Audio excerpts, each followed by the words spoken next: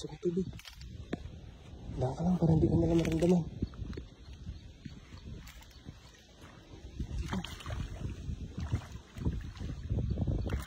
Nagkaman sila.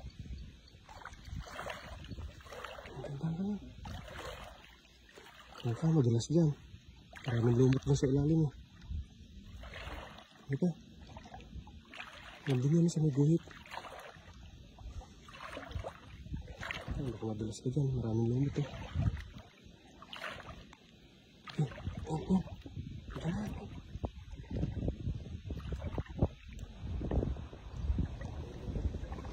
Yan. Yan na. Dulo na yan.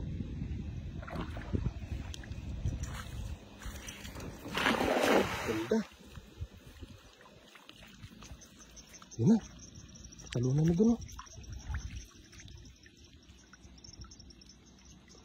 Dahan-dahan lang hila mo.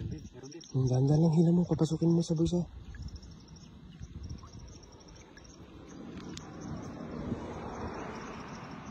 Masok na.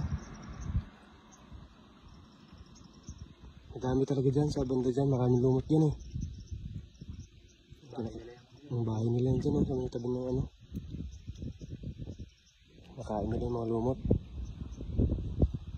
Wala pa yata. Wala. Baka nandun na sa ano, sa dulo na yan, sa bulsa na.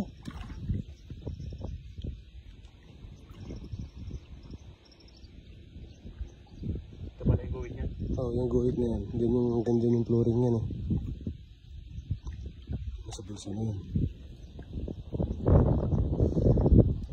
Ha? Yun na. Ano yan? Mga banat. Mga banat. Dito, gilid mo. Baka makawala.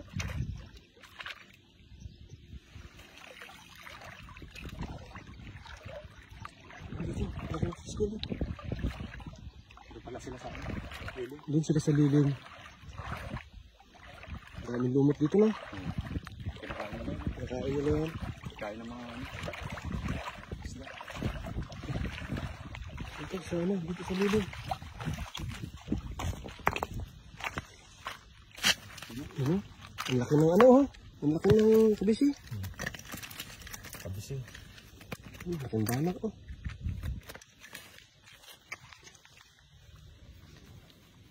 Taba.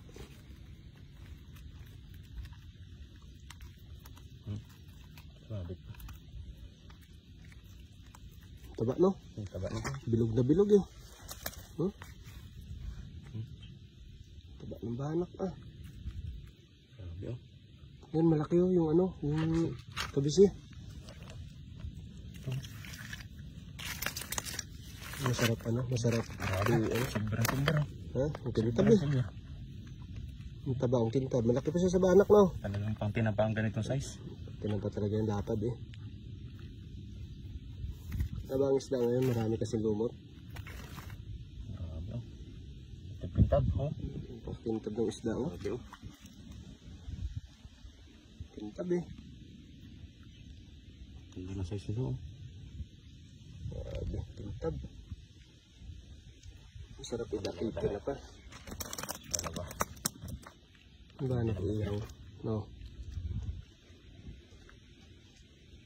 Ayos. Hindi na nasiro. Sulit mga kapay. Sulit na.